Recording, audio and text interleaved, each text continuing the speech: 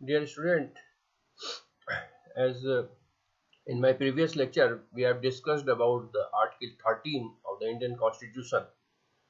Now, the three principles has been derived from Article 13, which has to be discussed.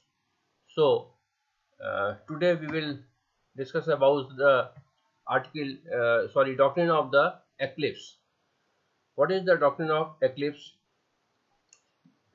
जैसा कि मैंने पहले भी कहा था कि most of the students Hindi में है, इसलिए मैं हिंदी में ही बात करूंगा, क्योंकि मैंने डुअल लेक्चर में ये स्लाइड्स तैयार कर रखे हैं, तो जो इंग्लिश मीडियम के स्टूडेंट्स हैं वो इंग्लिश वर्जन पढ़ सकते हैं। वैसे जहाँ पे एसेंशियल होगा वहाँ मैं इसको रीड आउट कर दूंगा। तो डॉक्ट्रिन ऑफ एक्लिप्स, जिसको हिंदी में आच्छादन का सिद्धांत या ग्रहण का सिद्धांत कहा जाता है, ये क्या है सिद्धांत और कैसे ये ड्राइव होके आया है। तो सबसे पहली बात तो ये है कि आच्छादन का सिद्धांत या doctrine of eclipse article 13 sub clause 1 से ड्राइव होता है, और ये सुप्रीम कोर्ट ने भिखाजी बनाम मध्य प्रदेश राज्य के मामले में ये ड्राइव किया था। इस मामले के जो फैक्ट्स हैं वो ब्रीफ में इस तरह से हैं कि एक सीपी बरार मोटर अधिनियम 1947 का एक एक्ट लाया गया बॉम्बे में, और उसके द्वारा उसके पहले एक एक्ट था मोटर वाहन अधिनियम 1939, मोटर व्हीकल एक्ट 1939, उसकी जगह उसको संशोधन करते हुए ये एक्ट लागू किया गया 1947 का। और एक्ट में प्रोविजन ये था कि जो सरकार को, प्रांतीय सरकार को सड़क परिवहन व्यवसाय करने का, राष्ट्रीयकरण करने का और इसे अन्य सभी पूर्ण अधिकार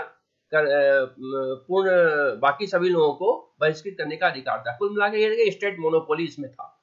जो बाकी लोग या अदर पर्सन्स इस मामले के व्यवसाय कर रहे हैं, उनको जो है वो इस व्यवसाय से बाहर कर देने का पूरा अधिकार था, और स्टेट मोनोपोली इस एक्ट के माध्यम से लागू की गई थी।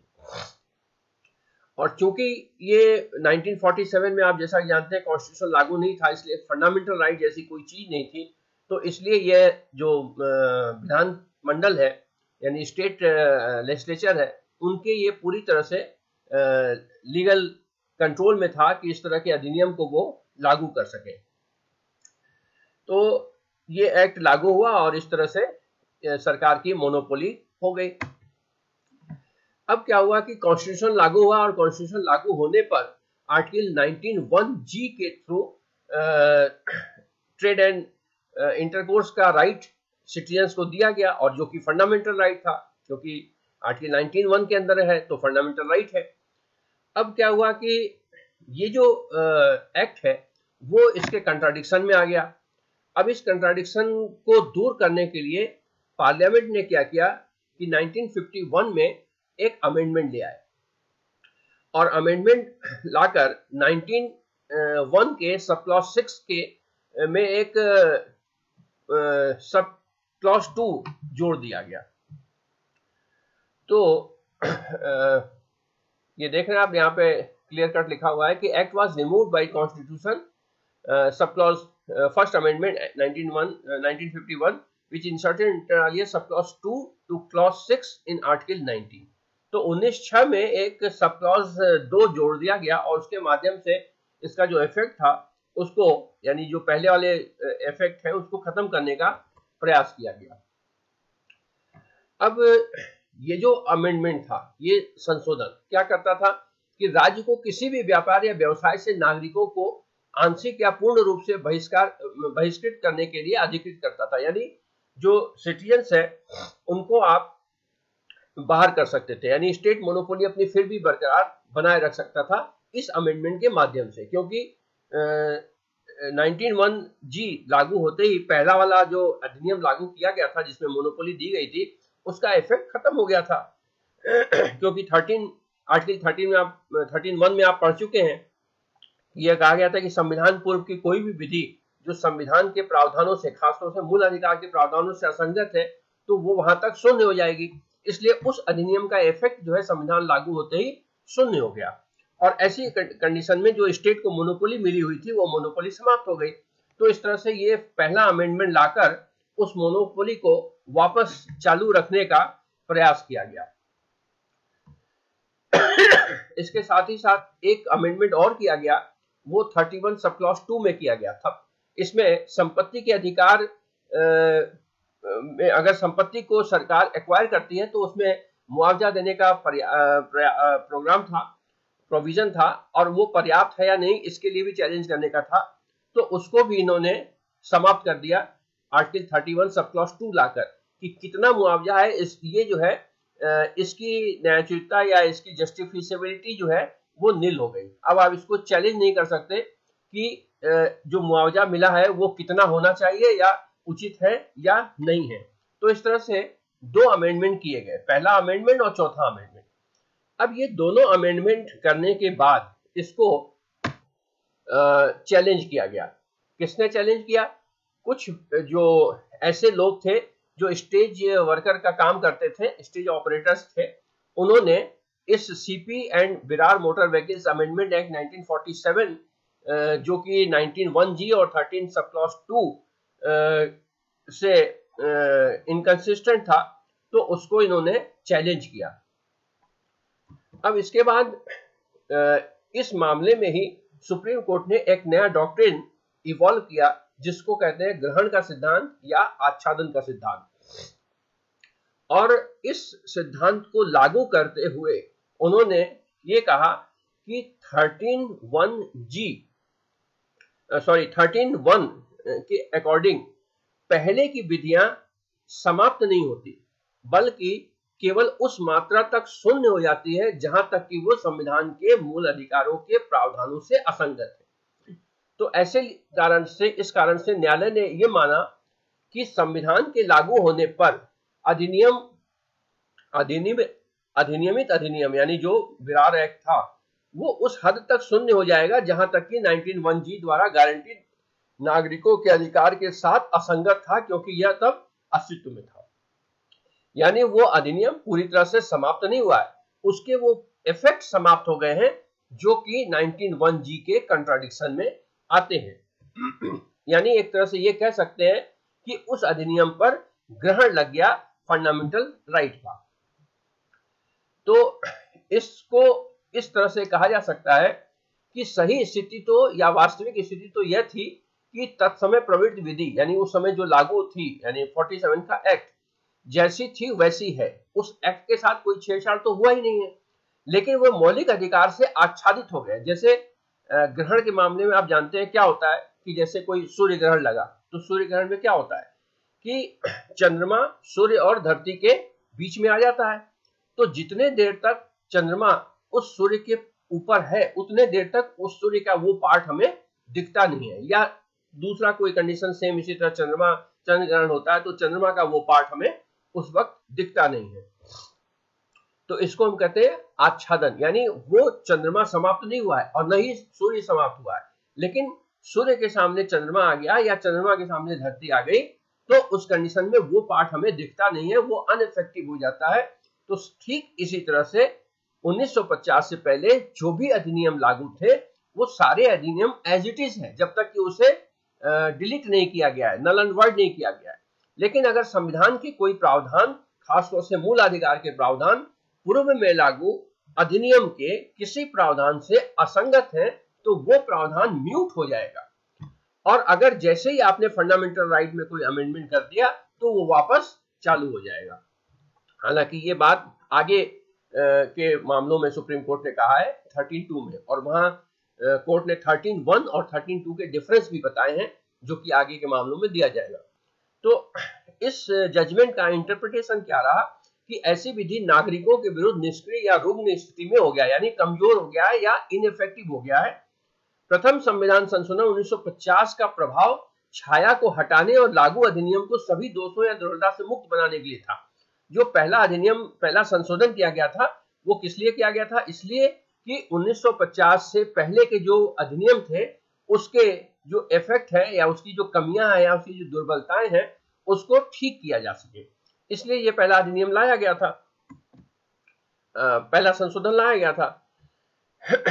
इसके अलावा जो लागू कानून अनुच्छेद 31 के साथ असंगत हो गया, जिसने संपत्ति के अधिकार की गारंटी दी और यह लगातार असंगत रहा और इसलिए अनुच्छेद 31(1) के तहत शून्य हो गया था जब तक चौथे संविधान संशोधन 1955 को अधिनियमित नहीं किया गया और इसको लागू करके उसको भी जीवित किया गया।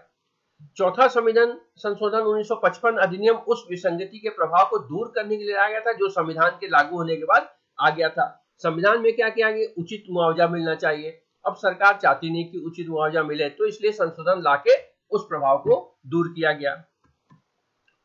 अब क्या होता है कि जैसे ही ये केस डिसाइड हुआ, इससे कई सारे प्रश्न उठते हैं और इसके इफेक्ट भी दिखते हैं। अब पहला ये दिखता है कि इसका इफेक्ट क्या है या इसका कंक्लूजन क्या है कि प्रश्नगत विधि को प्रासंगिक मौलिक अधिकार द्वारा तात्कालिक रूप से आच्छादित माना जाएगा। यानी जो लॉ इनकंटेस्टेड था, जो प्रश्न उठाए गए, जिसको चैलेंज किया गया, वो आच्छादित माना जाएगा। यानी ऐसा अगर कोई दूसरा मैटर भी आता है जो कि फंडामेंटल राइट के किसी प्रोविजन से असंगत है, तो ऐसे कंडीशन में उस एक्ट को समाप्त नहीं माना जाएगा, बल्कि उस इनकंसिस्टेंट प्रोविजन को, असंगत प्रावधान को आच्छादित माना जाएगा। ठीक है, ये पहला इफेक्ट है। दूसरा ये है कि तात्कालिक रूप से निष्क्रिय या रुग्ण स्थिति में माना जाएगा, परंतु ऐसा नहीं कि कानून सभी उद्देश्यों के लिए मर गया हो। यानी जिस चीज को चैलेंज किया गया पर्टिकुलर उस उद्देश्य के लिए उसको निष्क्रिय मान लिया जाएगा, लेकिन ऐसा नहीं है कि उस एक्ट में अगर और भी बहुत सारे प्रोविजन है जो संविधान से असंगत नहीं है, तो उन उद्देश्यों के लिए वो एक्ट लागू रहेगा, वो मरेगा नहीं। इसी तरह से यदि जो प्रासंगिक मौलिक अधिकार में संशोधन किया जाता है, तो इसका प्रभाव दोषपूर्ण विधि के छाया को हटाने और दोषपूर्ण अधिनियम को सभी दोष या दुर्बलता से मुक्त बनाना होगा। ठीक है, ऐसी स्थिति में निष्प्रभावी विधि की असामयिकता समाप्त हो जाएगी तथा वह पुनर्जीवित और प्रवर्तनीय हो जाएगा। ये एक तरह का सवाल है कि क्या संशोधन करके संविधान लागू होने के बाद संविधान पश्चात विधि में अगर संशोधन किया जाता है, तो ऐसा संशोधन करके और पहले की विधियों को क्या लागू किया जा सकता है या उसकी असामयिकता को समाप्त किया जा सकता है, उसकी असमयता जो समाप्त हो गई उसको ठीक किया जा सकता है। साथ ही आच्छादन का सिद्धांत केवल पूर्व संवैधानिक विधि पर ही लागू करने के लिए प्रतिपादित किया गया है, न कि उत्तर संवैधानिक विधि पर। एक खास बात यह है कि जो डॉक्ट्रिन ऑफ एक्लिप्स है वो केवल संविधान पूर्व विधि पर लागू होता है, संविधान के बाद की विधि पर लागू नहीं होता है। यानी संविधान बनाने के बाद अगर कोई कानून लागू किया गया है तो वो अगर संविधान से असंगत है तो असंवैधानिक होगा, और संविधान के पूर्व की जो विधि है वो अगर संविधान के प्रावधानों से असंगत है तो वो आच्छादित होगा। तो आच्छादित और असंवैधानिक दोनों में अंतर है। तो इसका ये कह सकते हैं कि इस कारण से यह कि संविधान पूर्व कानून वैध था जब तक इसे लागू किया गया था, या प्रारंभिक तक शून्य नहीं था, बल्कि संविधान लागू होने से शून्य हुआ। ऐसे में उत्तर संवैधानिक कानून जो कि मूल अधिकार का उल्लंघन करता हो असंवैधानिक और लागू होने के दिन से निष्प्रभावी हो जाएगा। ये वही बात है जो मैं आपको समझाने की कोशिश कर रहा हूं कि देखिए, संविधान पूर्व की विधि और संविधान लागू होने के बाद की विधि दोनों में अंतर है। संविधान लागू होने से पूर्व की विधि अगर संविधान के प्रावधानों से असंगत है तो वह आच्छादित हो जाएगा, यानी वो संविधान समाप्त नहीं होगा। संविधान के कुछ प्रावधान जो मूल अधिकार से इनकंसिस्टेंट है केवल वो इनइफेक्टिव हो जाएंगे। लेकिन अगर आप संविधान लागू होने के बाद कोई ऐसा कानून लाते हैं जो कि मूल अधिकारों से असंगत है, तो ऐसे कंडीशन में वो कानून अपने आप में असंवैधानिक हो जाएगा। ठीक है, तो इसलिए अगर कोई ऐसा कानून आप लाना चाहते हैं जिससे कि पहले के कानून के जो प्रभाव थे उसको वापस आप कर सके, तो आपको नया कानून लाना पड़ेगा, न कि आप फंडामेंटल राइट में अमेंडमेंट करके पुराने कानून के प्रभाव को आप वापस से चालू कर सकते हैं, जो कि संविधान लागू होने के बाद निष्प्रभावी हो गया था। ये क्लियर कट समझ में आ जाना चाहिए इस जजमेंट के इफेक्ट है ये। अब सुप्रीम कोर्ट ने आर्टिकल 13(1) और आर्टिकल 13(2) के बीच एक अंतर भी स्पष्ट किया, क्योंकि दोनों के वाक्यांश दूसरे से अलग है। हालांकि वही चीजें जो अभी मैंने आपको इंटरप्रिटेट किया है, इसमें देखिए क्लियर कट लिखा हुआ है कि उत्तर संवैधानिक विधियों पर लागू होने वाला अनुच्छेद 13(2) मौलिक अधिकारों को समाप्त करने वाले कानून को बनाने से रोकता है, जबकि अनुच्छेद 13(1) जो पूर्व संविधान कानूनों पर लागू होता है उसमें ऐसा कोई निषेध नहीं है। यानी उस कानून को तो आप चेंज कर सकते हो जो 1947 के पहले था, और किस प्रकार से चेंज करोगे कि मूल अधिकार से असंगत न हो। लेकिन अगर आप कोई नया कानून बनाते हो तो वो असंवैधानिक माना जाएगा अगर वो इनकंसिस्टेंट है तो। अनुच्छेद 13(1) के तहत संविधान पूर्ण विधि का संचालन 26/1/1950 तक प्रभावी रहता है, भले ही यह संविधान के प्रारंभ के बाद निष्क्रिय हो जाए। और अनुच्छेद 13(2) के तहत राज्य कोई विधि नहीं बनाएगा शब्द इंगित करते हैं, क्योंकि 13(2) में ये लिखा हुआ है कि राज्य ऐसी कोई विधि नहीं बनाएगा जो मूल अधिकारों को छीनती है या उसको न्यून करती है। तो उसको ध्यान में रखते हुए ये शब्द इंगित करते हैं कि संविधान बनाने के प्रारंभ के बाद कोई भी ऐसा विधि नहीं बनाया जाएगा जो उसके मूल अधिकार का उल्लंघन करता है। तो मुझे लगता है कि ये दोनों चीजें आपको अच्छे से समझ में आ जानी चाहिए। इस तरह का कानून प्रारंभिकता शून्य है, इसलिए आच्छादन का सिद्धांत इस तरह के कानूनों पर लागू नहीं हो सकता जब तक, और यह तब भी पुनर्जीवित नहीं हो सकता जब प्रासंगिक मौलिक अधिकार को बाद में इस तरह के कानून के रास्ते में बाधा को हटाने के लिए संशोधित किया जाता है। यानी पहले तो आप कानून ले आए, कोई कानून ले आए और वो कानून फंडामेंटल राइट के दिए गए प्रोविजन से असंगत है, संविधान लागू होने के बाद की बात कर रहा हूं, तो वहां पर वो क्या होगा, प्रारंभिकता शून्य हो जाएगा। और जब ये नजर आता है कि ये इनकंसिस्टेंट हो गया और उस कंडीशन में आप फिर कोई अमेंडमेंट ले आते हैं, तो ऐसा नहीं है कि वो पहले से ठीक हो जाएगा, बल्कि उसको पुनर्जीवित नहीं किया जा सकता। वो एब इनिशियो है, वो प्रारंभ से ही शून्य है। जिस दिन उसको लागू किया गया और वो संविधान से असंगत है, उसी दिन से वो शून्य हो गया, क्योंकि संविधान लागू होने के बाद ये कानून बनाया गया और वो 13(2) इस पे लागू होता है, न कि 13(1) लागू होता है। तो यदि कानून केवल नागरिकों के सीमित एक मौलिक अधिकार का उल्लंघन करता है तो यह गैर नागरिकों के संबंध में संचालित होगा, जिसके लिए इसे केवल मौलिक अधिकारों के संशोधन द्वारा अयोग्य नागरिकों को पुनर्जीवित नहीं किया जा सकता। ये सर्टेन कंडीशंस की बात की है, लेकिन ये बहुत इंपॉर्टेंट बात नहीं है। तो कुल मिलाकर अगर इसकी बात करें तो ये कह सकते हैं कि जो भिका जी के केस में सुप्रीम कोर्ट का नट सेल में निर्णय था वो ये था कि जो बिरार एक्ट था वो संविधान लागू होने के बाद से आर्टिकल 19(1) से असंगत होने के कारण वो निष्प्रभावी हो गया, और जो संशोधन बाद में किया गया वो संशोधन अगर मूल अधिकार को कम करता है या न्यून करता है या वापस 47 का जो इफेक्ट था वो इफेक्ट देने के लिए, सरकार को वापस देने के लिए ऐसा कोई संशोधन किया जाता है तो वो 13(2) के दायरे में आएगा और वो असंवैधानिक होगा। तो इसलिए 13(1) और 13(2) में बहुत क्लियर कट डिफरेंस है। 13(1) जो है आच्छादन के सिद्धांत को डिक्लेयर करती है। एक अधिनियम अनुच्छेद 14, 19 और 21(2) के तहत असंवैधानिक घोषित किया गया हो को पुनर्जीवित हो जाता है, इसे 9वीं अनुसूची में डाल दिया जाता है।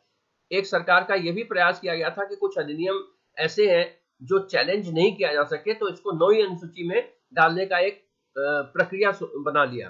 हालांकि ये बहुत बाद में ये कंसेप्ट डेवलप हुआ था, जब प्रॉपर्टी एक्ट का प्रॉपर्टी को स्नैच करने का एक्ट लाया गया था, चौथा अमेंडमेंट लाया गया था, तब ये विचार आया था कि बहुत सारे ऐसे कानून हैं जिसको कि चैलेंज करने से बचाना है।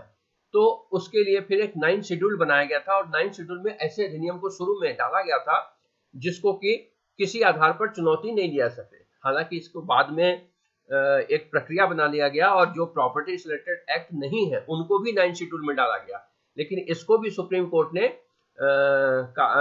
एक केस में ये डिसाइड कर दिया कि 19 जो आर्टिकल 9 शेड्यूल है वो भी जुडिशियल रिव्यू के दायरे से बाहर नहीं है। और खास तौर से केशवानंद भारती का केस 1973 में डिसाइड हुआ था, जिसमें कोर्ट ने कहा कि जुडिशियल रिव्यू बेसिक स्ट्रक्चर है। तो कोर्ट ने यह कहा कि 1973 ऑनवर्ड जो अधिनियम 9 शेड्यूल में डाले गए उन सब का जुडिशियल रिव्यू सुप्रीम कोर्ट कर सकती है, हालांकि 1973 से पहले का नहीं करेगी।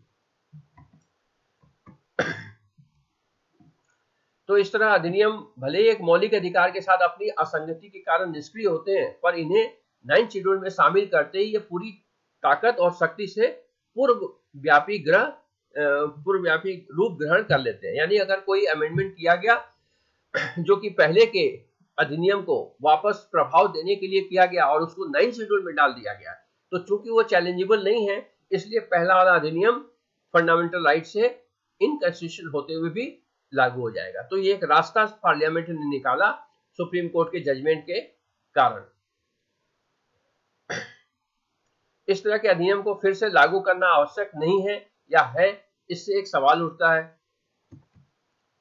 क्या सवाल है कि जब एक उत्तर संवैधानिक कानून यानी पोस्ट कॉन्स्टिट्यूशनल लॉ मौलिक अधिकार के साथ असंगत माना जाता है, तो क्या प्रश्नगत अधिनियम में संशोधन करके पुनर्जीवित किया जा सकता है ताकि दोष को दूर किया जा सके या इसे समग्र रूप से फिर से लागू किया जा सके?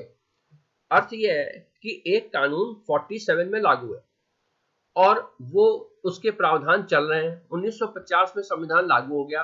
संविधान में कुछ ऐसे प्रोविजन है जिससे 47 का जो कानून था वो इनकंसिस्टेंट हो गया। अब ऐसी कंडीशन में डॉक्ट्रिन ऑफ एक्लिप्स ये कहता है कि उस कानून के जो प्रावधान है वो शून्य हो जाएंगे असंगतता तक।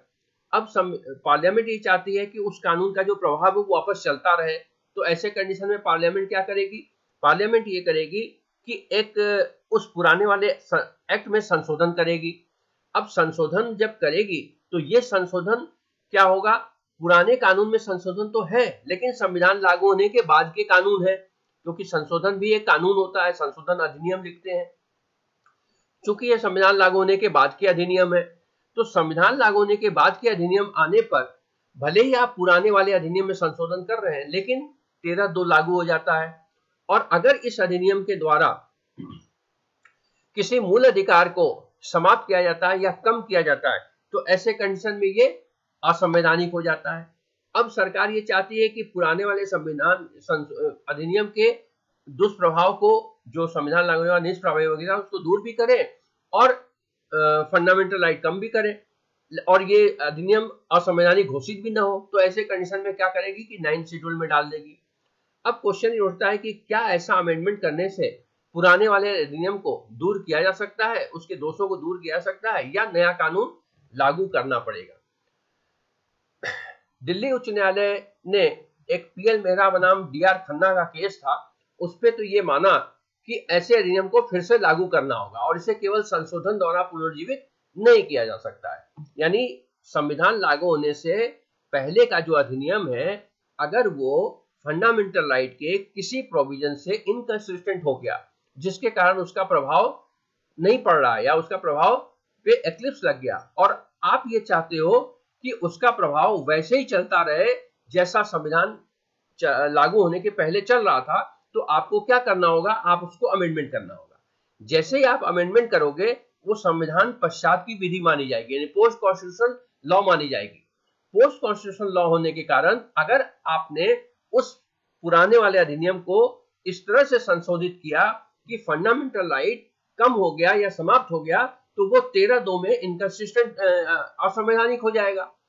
तो ऐसे कंडीशन में ये क्वेश्चन उठता है कि क्या आप इस अमेंडमेंट के द्वारा पुराने वाले अधिनियम को के दुष्प्रभाव निष्प्रभावी होने के कारण को उसको प्रभावी बना सकते हो क्या, या नहीं बना सकते हो? दिल्ली उच्च न्यायालय ने पीएल मेहरा के मामले में कहा कि संशोधन करके आप पुराने वाले कानून को के जो दोष है उसको दूर नहीं कर सकते, बल्कि आपको नया कानून लाना होगा। हालांकि इस पे कोई सुप्रीम कोर्ट का जजमेंट नहीं है इस तरह के मामले में। यह विचार उच्चतम न्यायालय द्वारा इस तरह के कानून में अपनाई गई प्रारंभिक स्थिति प्रारंभिकता शून्य से तार्किक रूप से निर्गत प्रकट होता है और पूर्व संवैधानिक कानून का ग्रहण के सिद्धांत को लागू नहीं करता है। हालांकि इस विशिष्ट बिंदु पर सुप्रीम कोर्ट का कोई मामला सीधा नहीं है। इस तरह का डायरेक्ट कोई केस नहीं मिलता है जिसमें सुप्रीम कोर्ट ने ऐसा कुछ कहा हो। लेकिन जो नियरेस्ट जजमेंट है ये यहाँ पे आप देखेंगे कि शमा राव का एक केस है 1967 का। ये नियरेस्ट केस है जिसमें सुप्रीम कोर्ट को इस तरह का मामला सामने आता है, जिसमें एक अधिनियम को अत्यधिक प्रत्यायोजन के आधार पर चुनौती दी गई। निर्णय के लंबित रहते दोष को दूर करने के लिए विधानमंडल ने एक संशोधित अधिनियम पारित किया। कोई पुराना एक्ट था उस एक्ट को इस आधार पर चैलेंज किया गया कि इसमें जरूरत से ज्यादा प्रत्यायोजन किया गया है, डेलीगेट किया गया है पावर। तो ऐसे कंडीशन में सुप्रीम कोर्ट ने एक फैसला सुनाया। सुप्रीम कोर्ट के उच्चतम न्यायालय ने बहुमत से फैसला सुनाया कि जब कोई अधिनियम अत्यधिक प्रत्यायोजन के आधार पर खराब है तो यह मृत और प्रारंभिकता शून्य है और यह दोष को दूर करने हेतु संविधान अधिनियम द्वारा पुनर्जीवित नहीं किया जा सकता, क्योंकि फंडामेंटल राइट संविधान जब लागू हो गया तो सारी चीजें लिख गई तो उस कंडीशन में डेलीगेट लेजिस्लेशन का जो स्कोप है वो काफी कम हो गया, जो कि संविधान लागू होने से पहले ब्रिटिश टाइम में इसका स्कोप काफी था। काफी ज्यादा चीजें जो है वो डेलीगेट लेजिस्लेशन के माध्यम से प्रशासनिक विधि के अंतर्गत चलती थी, लेकिन संविधान लागू होने के बाद चूंकि सारी चीजें गाइडलाइन हो गई तो वहां पर डेलीगेट लेजिस्लेशन के अपने कुछ लिमिटेशंस हो गए, जो कि आप एडमिनिस्ट्रेटिव लॉ पढ़ रहे हैं तो आप पढ़े होंगे कि डेलीगेट लेजिस्लेशन के क्या लिमिटेशंस है। तो अगर डेलीगेट लेजिस्लेशन आप कर भी रहे हैं तो डेलीगेशन के कुछ सर्टेन कंडीशंस है, उस कंडीशन के अंतर्गत ही डेलीगेशन किया जाता है। लेकिन अगर कोई पहले से अधिनियम चला रहा है और वो संविधान लागू होने के बाद इस आधार पर चैलेंज किया जाता है तो कोर्ट ये कहती है कि आप संशोधन करके पहले वाले कानून यानी संविधान से पूर्व के कानून को ठीक नहीं कर सकते। अगर आप उसको ठीक करना चाहते हैं तो आपको संविधान लागू होने के बाद नया कानून लाना पड़ेगा। पूरे अधिनियम को संशोधित रूप से फिर से अधिनियमित किया जाना चाहिए। यह निर्णय इस विचार का समर्थन करता है कि अनुच्छेद 13(2) के तहत अमान्य एक अधिनियम को केवल संशोधित करके पुनर्जीवित नहीं किया जा सकता, बल्कि इसको फिर से लागू करना हो, क्योंकि आप संशोधन करेंगे और संशोधन किसमें कर रहे हैं? संविधान लागू होने के पुराने विधि में। और चूंकि ये संशोधन अधिनियम पोस्ट कॉन्स्टिट्यूशनल लॉ है तो पोस्ट कॉन्स्टिट्यूशनल लॉ होने के कारण ये अगर फंडामेंटल राइट से इनकंसिस्टेंट होता है तो ये एब इनिशियो हो गया, असंवैधानिक हो गया। तो इसलिए आपको फिर से पूरा कानून लाना पड़ेगा। जब कोई अधिनियम केवल नागरिकों पर लागू मौलिक अधिकार का उल्लंघन करता है तो यही सिद्धांत लागू होगा। एक प्रीपोजिशन निकल के आता है इससे कि जब भी कोई कानून ऐसा बनाया जाता है या ऐसा संशोधित किया जाता है कि वो फंडामेंटल राइट को वायलेट करता है तो वो मान्य नहीं होगा, वो असंवैधानिक होगा। और अगर आप वास्तव में चाहते ही हैं कि कोई ऐसा पुराना जो कानून था जिसके इफेक्ट को आप वापस रिस्टोर करना चाहते हैं तो आप नया कानून लेके आओ। एक प्रीपोजिशन है कि इस तरह के कानून को नागरिकों के लिए अभिजन्मे के रूप में माना जाएगा, हालांकि गैर नागरिकों के लिए प्रभावी योग्यता रखता है और इसलिए इसे फिर से लागू किया जाना चाहिए अगर इसे योग्य नागरिकों के लिए वैध बनाने के लिए वांछित है। यानी अगर कोई कानून है और जो वास्तव में अब पोस्ट कॉन्स्टिट्यूशनल एरा में जो नागरिक है उनके लिए आप वैध बनाना चाहते हो पुराने वाले कानून को, तो नया कानून लेके आओ, सीधी सी बात है। इसमें 2-3 केसेस है, उसको रेफर कर देता हूं कि एक हरि सिंह बनाम सैन संपदा अधिकारी एसेट्स मैनेजर का एक केस है। इसमें सुप्रीम कोर्ट ने पंजाब लोक परिसर अधिनियम को अनुच्छेद 14 के साथ इनकंसिस्टेंट घोषित किया था और इसमें फिर 1958 में संसद द्वारा अधिनियमित एक संगत कानून था। और इसमें फिर पंजाब अधिनियम पर ये जो पुराना वाला अधिनियम था एसेट अधिनियम, उस पे सर्वोच्च न्यायालय के फैसले के परिणाम स्वरूप संसद ने 1971 में अपने स्वयं के कानून को फिर से लागू किया, सर्वोच्च न्यायालय द्वारा इंगित दोष को हटाने के लिए, और मूल अधिनियम के प्रारंभ होने की तारीख से प्रभावी रूप से इसे पूर्वव्यापी बना दिया। यानी मूल अधिनियम जो संविधान लागू होने के पहले से लागू था। तो ये जो नया खंड था वो ये कहते हुए भी जोड़ा गया कि पुराने कानून के तहत किए गए सभी आदेशों को वैध और प्रभावी माना जाएगा जैसे कि वे नए कानून के तहत बनाए गए थे। इस खंड को भी चुनौती दी गई और ये तर्क दिया गया कि 1958 का जो अधिनियम है वो असंवैधानिक है और असंवैधानिक अधिनियम के तहत किए गए किसी भी चीज का सत्यापन नहीं हो सकता है, और इसको सुप्रीम कोर्ट ने रेटिफाई भी किया। तो कुल मिलाकर स्थिति यह है कि अगर आप पुराने किसी कानून में संशोधन के माध्यम से कोई चेंज करना चाहते हैं और वो चेंज इस प्रकार का है कि वो फंडामेंटल राइट को वायलेट करता है, तो ऐसा अधिनियम 13(2) के अंतर्गत असंवैधानिक घोषित किया जाएगा। तो 13(1) और 13(2) का डिफरेंस क्लियर कट आपके समझ में आ गया होगा। और साथ में 13(1) जो है डॉक्ट्रिन ऑफ एक्लिप्स की प्रिंसिपल्स को डिराइव करता है, और 13(2) जो है एब इनिशियो या असंवैधानिकता को डिस्क्राइब करता है। तो ये 13 डॉक्ट्रिन ऑफ एक्लिप्स का सिद्धांत है। नेक्स्ट जो टॉपिक होगा वो डॉक्ट्रिन ऑफ वेबर पे होगा। ये एक स्लाइड छूट गया था। सर्वोच्च न्यायालय ने इस तर्क को तर्कहीन मानते हुए इस महत्वपूर्ण बिंदु को नजरअंदाज कर दिया कि 71 के अधिनियम को 1958 अधिनियम की तारीख से प्रभावी रूप से पूर्वव्यापी बना गया था, और 58 के अधिनियम के तहत की गई कार्रवाई को माना गया, खंड को वैध माना गया, और नए अधिनियम को अनुच्छेद 14 के तहत मान्य बताया गया। तो चूंकि 71 के अधिनियम के द्वारा 58 के अधिनियम में ही चेंज किया गया था, और 58 का अधिनियम जो है संविधान पश्चात का अधिनियम था, तो इसलिए इसमें तो आप संशोधन करके और उसको लागू कर सकते हैं। लेकिन अगर 58 की जगह 48 का रहा होता तो आप इसमें नहीं कर सकते थे। तो इस तरह से आर्टिकल 13 सब क्लॉज 1 में बहुत ज्यादा मटेरियल मैंने आपको दे दिया डॉक्ट्रिन ऑफ एक्लिप्स पर। अब जो नेक्स्ट लेक्चर होगा वो डॉक्ट्रिन ऑफ वेबर पे होगा।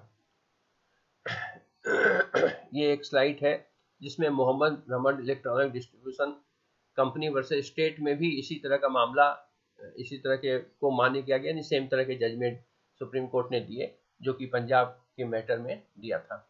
ये बहुत इंपॉर्टेंट चीज़ नहीं है, क्योंकि मटेरियल का लिमिटेशन भी होना चाहिए। आपको एक जो डॉक्ट्रिन ऑफ एक्लिप्स है ज़्यादा से ज़्यादा 10 नंबर के क्वेश्चन में आएगा, तो 10 नंबर के क्वेश्चन में आप कितना 4-5 पेज लिख सकते हैं, तो इससे ज़्यादा मटेरियल आप लिख भी नहीं पाएंगे। तो एनीवे, थैंक यू। अब नेक्स्ट जो लेक्चर होगा डॉक्ट्रिन ऑफ सर्वाइवेबिलिटी पे होगा। Okay, thanks, all the best.